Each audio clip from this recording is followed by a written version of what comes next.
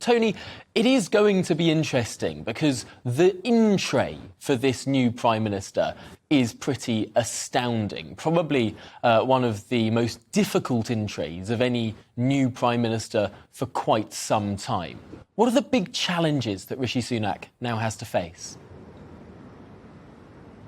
Well, I think for most people in the country, the biggest problem that they'll face that can be dealt with in a political way over the next few months will still be the energy crisis, the cost of living and the price of energy bills. And that energy prices bill that the government's passed in order to give household support for that actually is going to receive royal assent today, in a sort of poetic end to Liz Truss's premiership. Perhaps the only thing she achieved in government is going to be signed off by King Charles this afternoon. But we've also got various other issues that he's facing. The Northern Ireland Protocol is probably one of the largest. The government is attempting to reach a negotiated solution to that, but if it can't reach a solution which the DUP is happy with, which will allow them to resume power sharing in Northern Ireland by Friday, then there will be Stormont elections. The government said that they've got no choice but to call Stormont elections by law if an agreement isn't reached by the 28th.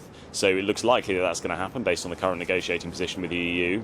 And if they're not successful, then there will be further negotiations in the coming months. This is the Brexit issue which has now dogged three Prime Ministers, Rishi Sunak being the third, and he will have to work out what his negotiating stance is going to be. Will he, for instance, take the tough stance that Liz Truss did, say that he will act unilaterally with legislation and try and browbeat the EU into some sort of deal over what's going on in Northern Ireland? Or will he be more conciliatory? Could this perhaps be a Prime Minister who will take a softer approach? Those are two perhaps of the biggest things that he'll face in his first 100 days.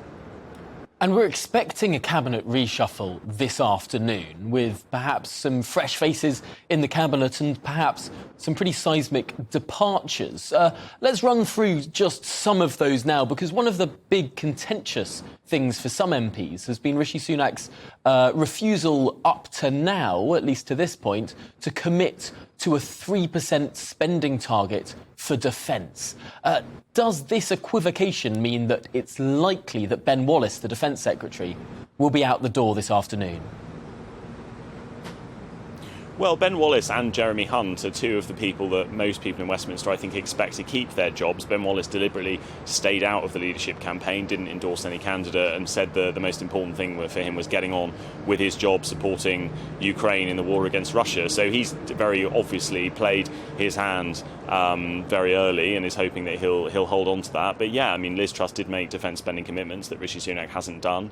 You might think that if Rishi Sunak does make those commitments, then whoever the new Chancellor is might have something to say about it, given that they're attempting to cut these Whitehall budgets, and defence is one of the biggest of those. So I mean, if he does decide to keep Ben Wallace on, which is quite possible in my opinion, then he might find himself having a bit of a row in his first days in office over what the level of defence spending should be. Certainly when there are new threats that we're facing, new drone warfare going on in Ukraine, and Britain's missile support to the Ukrainian forces being stepped up all the time. Now, another name that we heard during this very brief contest was Suella Braverman. Of course, she was sacked or resigned as Home Secretary last week. It feels like a lot longer ago than that. And yet her decision to back Rishi Sunak rather than Boris Johnson was seen by many as a pretty pivotal moment in terms of where the momentum in this quick race was going. Might we expect Suella Braverman to return to Cabinet? Well, I think that's not off the table, yeah. I mean, Rishi Sunak does have to appoint someone from the right of the Conservative Party in order to keep those people happy. We have to remember that, according to Boris Johnson's numbers, he had 102 supporters. He certainly has a lot of support in the Conservative Party. He was representing the right side of that contest. So I was talking to one MP who speculated that he might put Suella Braverman into the Cabinet, probably not in her previous role as Home Secretary, perhaps as something more junior. She was previously, of course, the Attorney General, so perhaps she could take that job back up again. But the question is, of course, what the backlash is then likely to be from Rishi Sunak's own more moderate wing of the Conservative Party. And the MP that I was speaking to was saying the problem with Suella is that if you don't put her in, then the right are angry, but if you put her in, then the moderates will be angry, because they see her as exactly the sort of cabinet minister who should never have taken office under Liz Truss and under Boris Johnson, and should now be replaced by what some MPs are calling the grown-ups.